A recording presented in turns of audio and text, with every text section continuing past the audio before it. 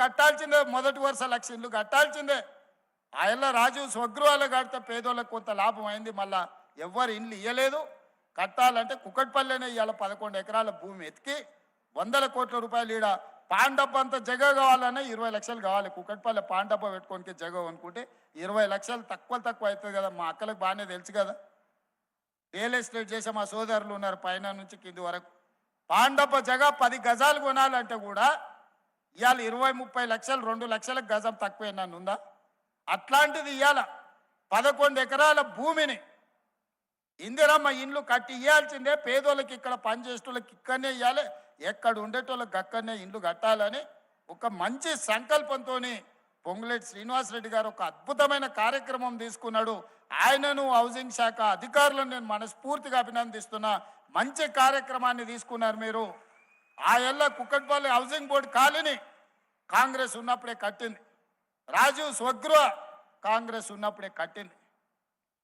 ఎంతోమంది ప్రభుత్వ ఉద్యోగులకు ఇండ్ల స్థలాలు, కాలనీలు ఆనాడు ఇచ్చినాం. ఇవాళ సాంప్రదాయమే దెబ్బతిన్నది. మళ్ళీ మీరు పేదలకు ఇండ్లు కట్టుకోవడానికి మనసు పెద్దది చేసుకొని కోట్ల రూపాయల విలువైన భూములను ఈరోజు పేదోళ్లకు ఈరోజు ఇస్తున్నారు. భూమికి మీ దగ్గర ఒక్క రూపాయి తీసుకుంటలేం. కట్టడానికి అయ్యే ఖర్చులో ప్రభుత్వం 5 లక్షలు ఇస్తుంది, ఒక 5-6 లక్షలు మీరు ఇస్తారు. అంతేనా శ్రీనివాసరెడ్డి గారు? భూమి ఉచితమే కదా, భూమికి ఏం తీసుకోవు కదా. మీ ఎదురుగానే మాట చెప్పించిన మళ్ళా నాకు ఆఫీస్లో చెప్పి మళ్ళీ తర్వాత ఒకటి చెప్తే కష్టమని. మీకు ఇల్లు వచ్చిందంటే భూమికి అనా పైసా తీసుకోడు. రిజిస్ట్రేషన్ ఛార్జెస్ కూడా రద్దు చేయమని నేను అధికారులకు చెప్తున్నా. రిజిస్ట్రేషన్ ఛార్జెస్ కూడా తీసుకోవద్దు. కట్టే దాంట్లో అయ్యే ఖర్చే 5 లక్షలు నువ్వు మిగిలినవి వాళ్ళు ఇస్తారు.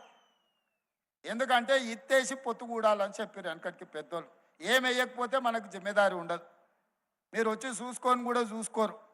మీరు 10,000, 20,000, 5 లక్షలు, 6 లక్షలు మీరు కడితే ఎట్లా కడుతున్నాడు కాంట్రాక్టర్ అని వస్తా పోస్తే వచ్చి చూసుకుంటారు. ఏ ఫ్లోర్లో నీకు ఇల్లు డ్రా వెళ్ళిందో మీరు వచ్చి పని మంచిగా అవుతుందా లేదా చూసుకోనికి ఉంటుంది.